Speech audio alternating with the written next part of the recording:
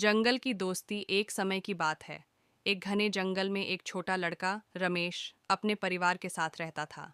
रमेश बहुत जिज्ञासु था और उसे जंगल में घूमना बहुत पसंद था। एक दिन वह जंगल में गहरी खोज करने निकल पड़ा। चलते चलते वह रास्ता भटक गया और एक गुफा के पास पहुंच गया। वहां उसने देखा कि एक शेर जख्मी हालत में पड़ा है। रमेश को पहले तो डर लगा, लेकिन फिर उसने देखा कि शेर के पैर में एक बड़ा कांटा चुभा हुआ था। रमेश ने अपनी सारी हिम्मत जुटाई और धीरे धीरे शेर के पास गया। शेर दर्द से कराह रहा था, लेकिन रमेश ने उसकी मदद करने का निश्चय किया।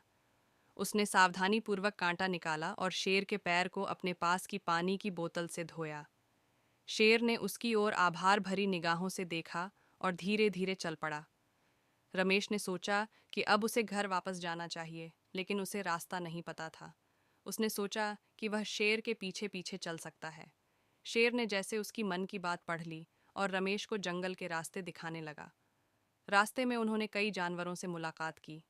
हर जानवर ने रमेश को देखकर आश्चर्य जताया, लेकिन शेर के साथ होने के कारण कोई भी उसे नुकसान नहीं पहुंचाया। चलते चलते वे एक नदी के पास पहुंचे।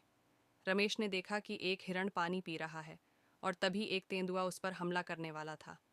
रमेश ने तेंदुए को देख लिया और जोर से चिल्लाया। उसकी आवाज़ सुनकर शेर ने भी तेंदुए की ओर दौड़ लगाई। तेंदुआ डरकर भाग गया और हिरण की जान बच गई।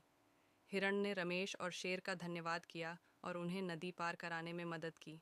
नदी पार करने के बाद शेर ने रमेश को उसके गांव तक पहुंचाया। गांव के लोग रमेश को देखकर बहुत खुश हुए और जब उन्होंने उसकी कहानी सुनी तो सब ने उसकी बहादुरी और शेर की मित्रता की सराहना की। इस घटना के बाद रमेश और शेर की दोस्ती की चर्चा पूरे जंगल में फैल गई। सभी जानवरों ने समझा कि परस्पर सहायता और मित्रता से ही सच्चा सुख और सुरक्षा मिलती है।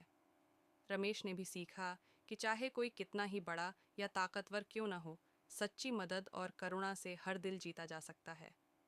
इस तरह रमेश और शेर की दोस्ती ने जंगल में एक मिसाल कायम की कि सच्ची मित्रता और साहस से हर मुश्किल का सामना किया जा सकता है। और रमेश ने भी कभी डरना नहीं सीखा, क्योंकि उसे पता था कि उसका दोस्त शेर हमेशा उसके साथ है।